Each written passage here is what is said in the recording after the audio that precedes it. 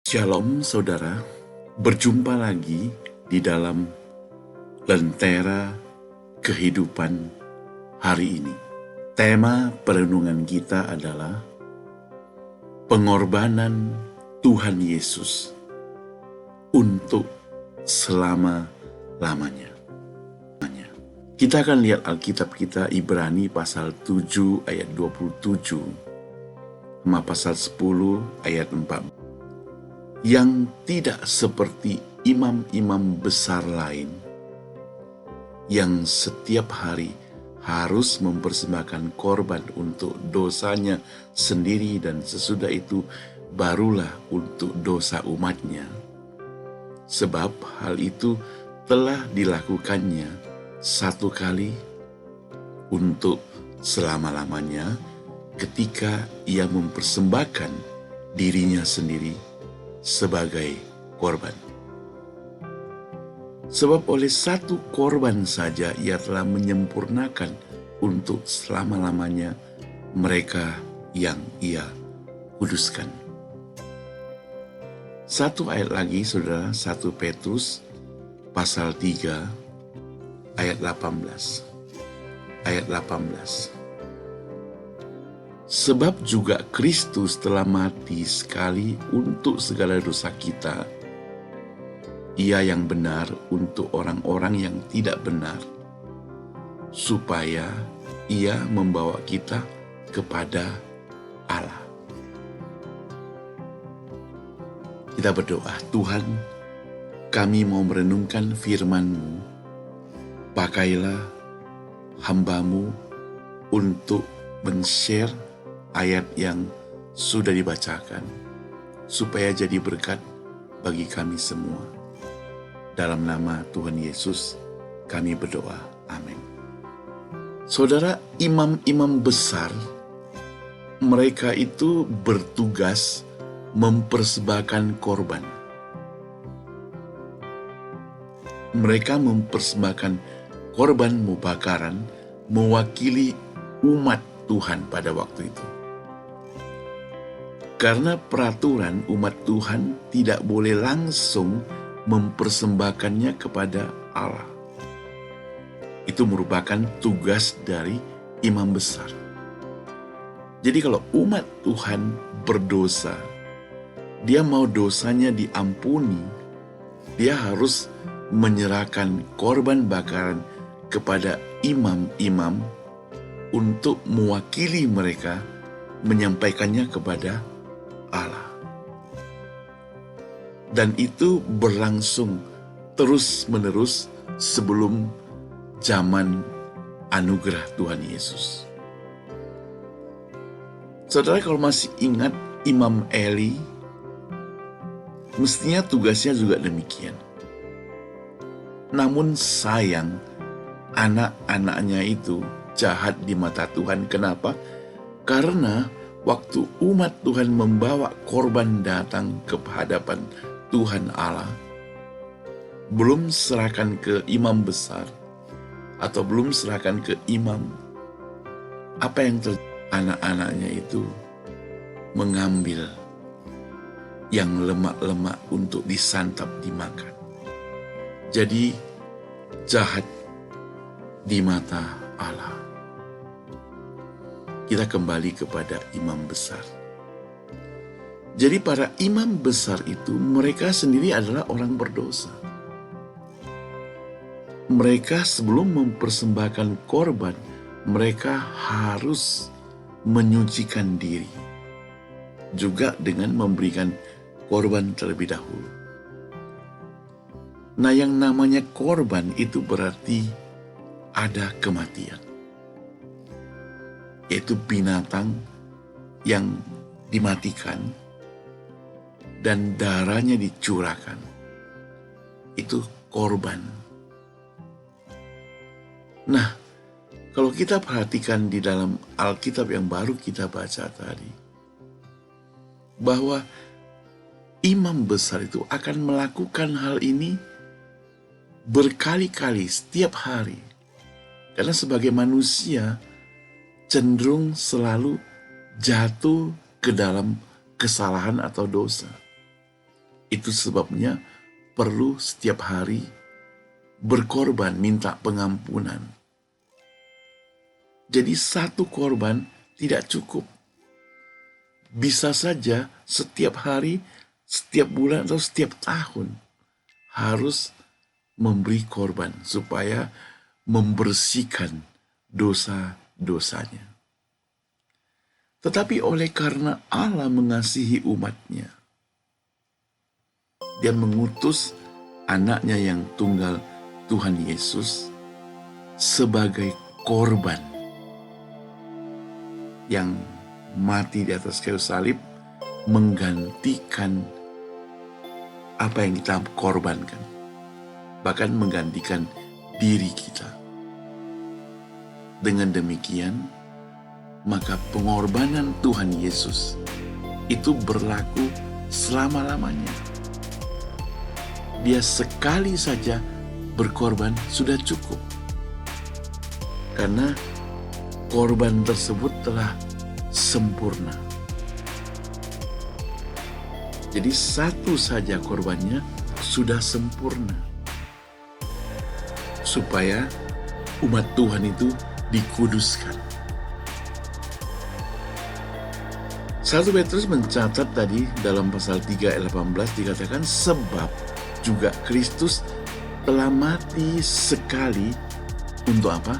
Untuk segala dosa-dosa kita. Jadi Yesus itu suci. Yesus tidak berdosa.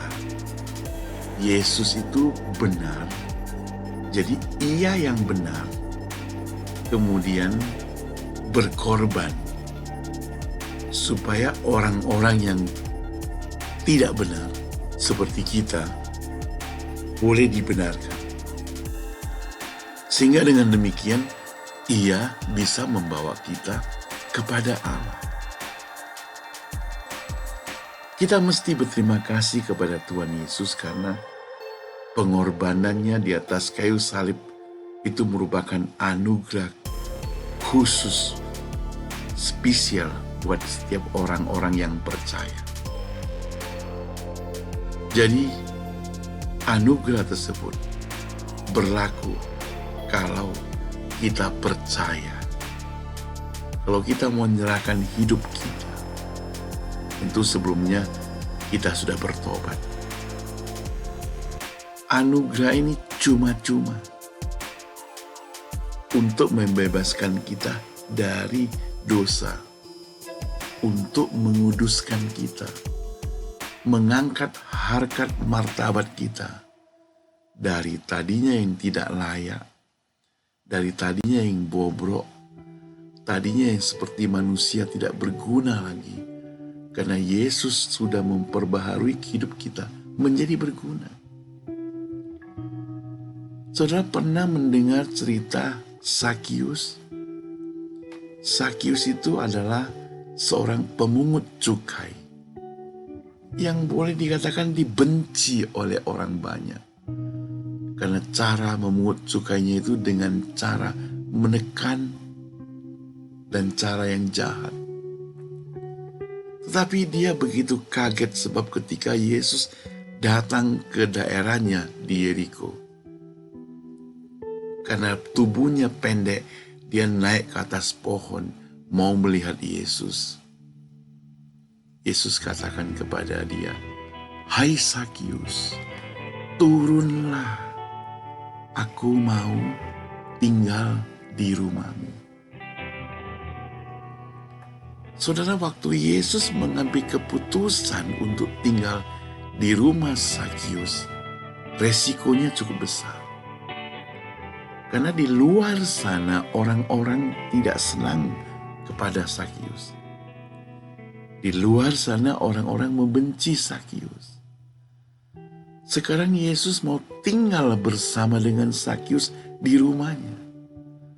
Tentu dia bisa mendapat protes dari orang banyak. Namun rupanya ada satu rahasia yang orang-orang tidak tahu apa yang Yesus inginkan. Saudara perhatikan, Ketika Yesus berkata, aku mau tinggal di rumahmu, dan saya yakin Yesus bersama-sama dengan Sakius hari itu juga. Sakius bertobat. Sakius bertobat dan dia mau mengembalikan 4 kali lipat kalau ada uang yang pernah dia peras kepada orang-orang pembayar pajak. Di situ ada satu momen bahwa Sakius berbalik dari tadinya yang tidak takut kepada Tuhan, sekarang menjadi takut pada Tuhan. Jadi kita lihat pelayanan Yesus itu menembus segala macam orang. Dari orang yang paling miskin sampai orang yang paling kaya. Daripada orang yang paling baik ngakunya sampai orang yang paling jahat sekalipun. Yesus melayani mereka. Dan mujizat yang besar terjadi. Saudara yang saya kasih Tuhan, pengorbanan Yesus di atas kayu salib satu-satunya yang bisa membawa kita dari dunia berdosa, disempurnakan, dibersihkan, disucikan, ditransformasikan menjadi orang percaya yang boleh layak di hadapan Tuhan. Saudara, kalau hari ini kita merasa tidak layak di hadapan Tuhan, kita merasa tidak layak karena mungkin hati kita begitu jahat, perbuatan masa lalu kita begitu bobrok, kehidupan kita mungkin terhadap keluarga yang begitu hancur lebur. Jangan takut, bertobatlah, kembalilah kepada Dia. Dia mau memperbaharui kita. Dia sudah berkorban untuk kita. Darahnya yang kudus telah menyucikan hidup kita. Dan pengorbanannya sekali saja untuk selama-lamanya. Kita berdoa. Terima kasih Tuhan Allah Bapa kami di surga, terima kasih. Pengorbanan-Mu di atas kayu salib betapa besar, betapa luar biasanya sehingga membuat kami layak, membuat kami diperbolehkan datang ke hadirat-Mu. Tuhan, pakai firman Tuhan untuk menegur kami, untuk mempertobatkan kami, supaya kami benar-benar bukan hanya duduk diam, tapi kami yang sudah mendapatkan anugerah-Mu, kami akan tetap menyaksikan kasih Tuhan pada orang lain. Hanya dalam nama Tuhan Yesus, Juru Selamat kami yang hidup, kami berdoa.